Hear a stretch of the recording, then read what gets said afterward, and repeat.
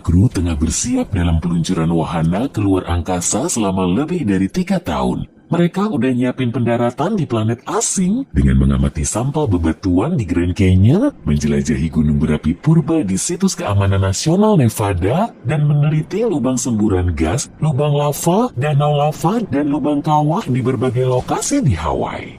Supaya bisa melawan mikrogravitasi, mereka latihan berjalan miring dalam kondisi menggantung pada tali sambil bergerak di permukaan dinding. Mereka juga harus ngetes batas ketahanan mereka dengan diet intensif dan pola tidur supaya bisa selamat di luar angkasa. Mereka perlu terbang selama 3 hari, 3 jam 49 menit untuk sampai di permukaan The Sea of Tranquility. Padahal ada pilihan lain seperti Ocean of Storms dan Central Bay. Tapi mereka lebih milih The Sea of Tranquility karena tempat ini punya visibilitas yang bagus, relatif rata, dan mudah dijangkau dengan minim bahan bakar.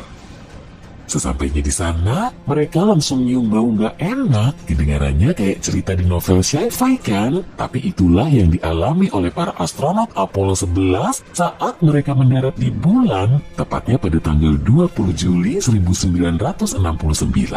Sejak saat itu sampai sekarang, 12 astronot telah menapakkan kaki mereka di permukaan bulan.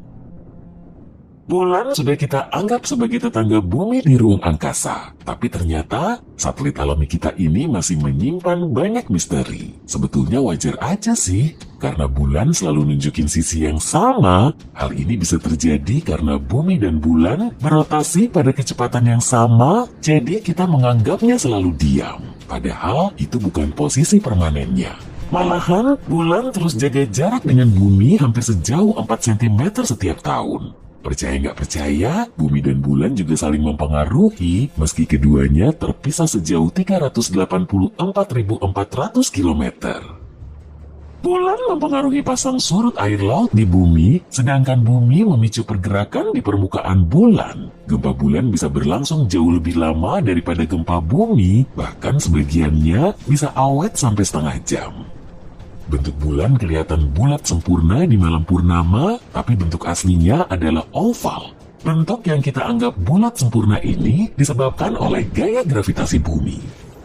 Jejak manusia di bulan gak cuma teramati dari jejak kaki di permukaannya. Pada tahun 1969, para astronot Amerika juga ninggalin benda-benda seperti 2 bola golf, lukisan karya seniman terkenal Andy Warhol, dan pesan dari Ratu Elizabeth II.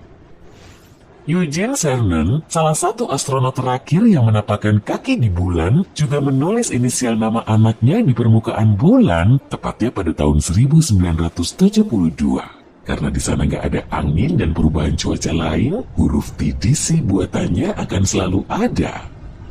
Bulan bisa aja memicu alergi. Astronot Harrison Jack Smith dari Apollo 17 sempat berhenti di lembah Sea of Serenity. Lalu dia masuk lagi ke modul awak pesawat, tapi saat itu pakaiannya ditempeli debu bulan, dan saat melepas pakaian astronotnya, dia mengalami reaksi alergi bersin-bersin, mata merah, dan gejala lain selama 2 jam. Bulan punya zona waktu khusus karena posisinya mepet ke bumi, kita menyebutnya sebagai waktu standar bulan. Tapi waktu di sana nggak sama kayak di bumi loh, dan untuk mengonversinya juga agak rumit. Jadi singkatnya begini, 1 tahun di bulan terdiri dari 12 hari, dan 1 hari di sana kurang lebih selama 1 bulan di bumi. Semua hari di bulan dilabeli sesuai dengan nama astronot yang pernah mendarat di sana. Lalu, awal tahunnya bertepatan dengan tanggal pendaratan Neil Armstrong di permukaan bulan. Dengan kata lain, awal tahun di kalender bulan dimulai pada tanggal 21 Juli 1969 pukul 2:56.15 GMT.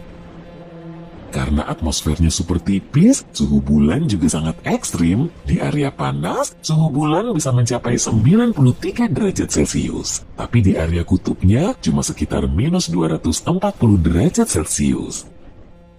Para saintis telah meneliti keterkaitan antara bumi dan satelit alaminya sejak dahulu kala. Mereka terus melakukan pengamatan untuk mencari tahu kenapa bulan punya pengaruh besar bagi kita. Para saintis dan filsuf di abad pertengahan juga beranggapan kalau sebagian orang cenderung mengalami kondisi kesehatan tertentu saat bulan purnama. Tapi mereka belum bisa mengungkap alasannya, makanya di zaman dulu, para penderita gejala ini sering disebut lunatic, atau secara literal berarti sakit bulan.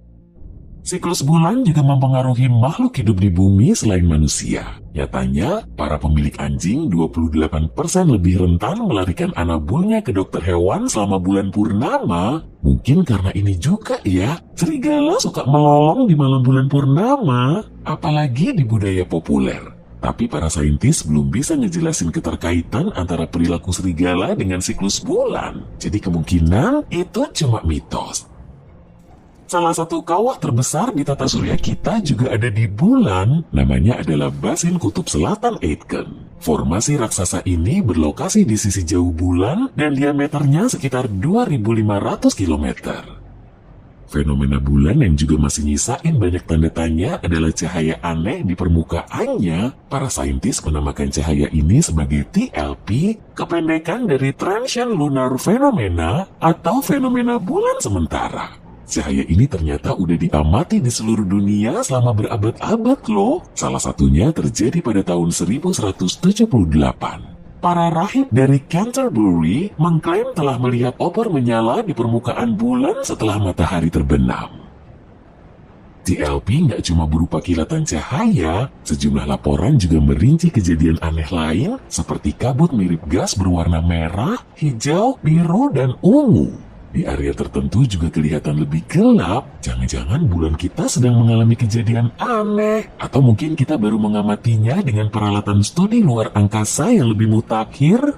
Para saintis telah mengembangkan berbagai teori untuk mencari tahu penyebab fenomena ini. Kilatan aneh di permukaan bulan bisa disebabkan oleh banyak hal, mulai dari tabrakan meteor sampai aktivitas elektrostatis. Tapi setiap kejadiannya sulit dijelasin secara gamblang karena sebagian besar TLP cuma dilaporkan oleh pengamat tunggal atau hanya terjadi di satu lokasi. Karena di bulan gak ada aktivitas seismik yang terlihat, kita bisa ngelihat kilatan cahaya aneh di permukaannya. Getaran di permukaan bulan bisa memicu ledakan gas yang memantulkan cahaya sehingga cahayanya bertambah terang. Sebagian saintis menyatakan sisa-sisa aktivitas geologi juga bisa menjadi penyebab fenomena aneh ini. Cukup bikin kaget kan? Tapi yang kita tahu, di bulan gak ada kehidupan. Kamu tahu kan kalau bulan juga bisa berubah warna? Penjelasan ilmiahnya udah banyak tersedia. Selain itu, bulan kelihatan abu-abu kecoklatan saat diamati dari luar atmosfer bumi. Kalau dilihat dari permukaan bumi, warnanya akan berubah tergantung pada berbagai faktor. Bulan di dekat kaki langit kemungkinan besar akan kelihatan kuning atau kemerahan. Bulan biru yang super langka itu menandakan kalau kita mengamatinya dari atmosfer yang mengandung banyak partikel debu. Bulan ungu juga kadang muncul, tapi penyebab munculnya warna ini masih menjadi perdebatan. Kita nggak tahu pasti kalau di permukaan bulan ada air. Dan kalaupun memang ada, kita nggak bisa mastiin jumlahnya. Jadi manusia belum bisa mendiami bulan. Mungkin ada kaitannya dengan radiasi? Studi terbaru menunjukkan tingkat radiasi di permukaan bulan 5-10 kali lebih kuat dari pesawat penumpang transatlantik. Berarti angka ini 200 kali lebih tinggi dari tingkat radiasi di permukaan bumi. Dalam eksplorasi di masa depan seperti proyek Artemis, para saintis sebaiknya nggak mengekspos astronot. Diambil dari nama saudari Apollo, Artemis, program ini direncanakan bisa mengirim para astronot ke bulan sekaligus mendirikan bangunan di sana untuk mempelajari bulan secara aman. Meski proyek ini sudah dimulai pada tahun 2017, misi pertamanya akan diluncurkan pada tahun ini dengan perkiraan waktu selama 25 hari. Objek antariksa tanpa awak akan diterbangkan ke orbit bulan, kemudian kembali ke bumi dengan membawa data yang cukup. Data ini akan dipakai untuk menjalankan misi berikutnya dengan melibatkan 4 orang. Misinya sendiri akan diluncurkan pada bulan Mei 2024, Artemis 3, 4, dan 5 rencananya akan diluncurkan pada tahun 2025, 2026, dan 2027 selama 30 hari.